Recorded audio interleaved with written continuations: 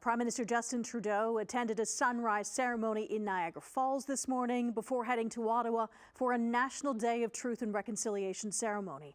He says the day is about the truth of the country's history and says Canadians need to make deliberate choices to undo the, quote, falsehoods and wrongness.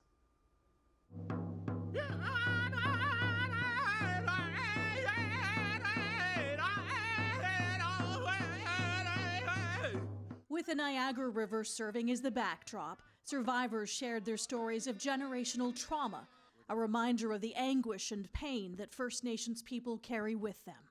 I was sexually assaulted. I was beaten. I was strapped. I was humiliated. This all happened at a residential school. Stories that are only now being woven into the fabric of Canada's history.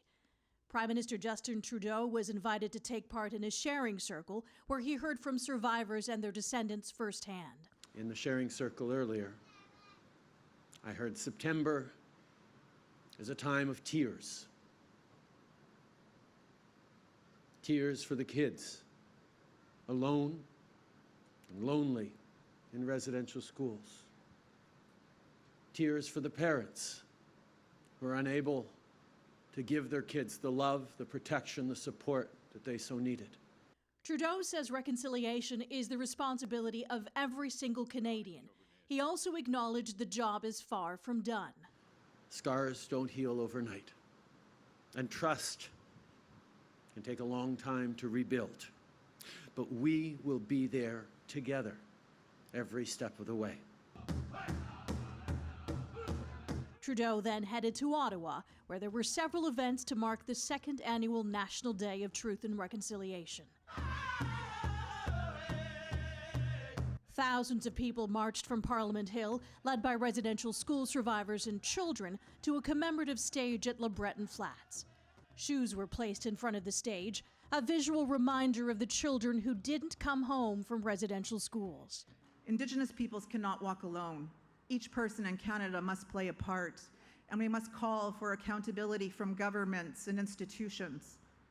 We cannot forget the thousands of children that died or went missing in residential school. Former chair of the Truth and Reconciliation Commission, SINCLAIR, says the Indian residential school system isn't just something for the history books. This story is not over. Records, for example, are still being turned over by the church authorities. Burial sites are still being discovered. And so many survivors and their families are still seeking closure for what happened to their siblings, cousins, and children. Today is a federal statutory holiday, also known as Orange Shirt Day. And earlier, people dressed in orange crossed a newly painted crosswalk at McMaster University. That same group gathered to create an Indigenous circle where they painted the rocks there orange. Meanwhile, outside Hamilton City Hall, the flag was lowered to half-mast, while Every Child Matters banners and flags were displayed.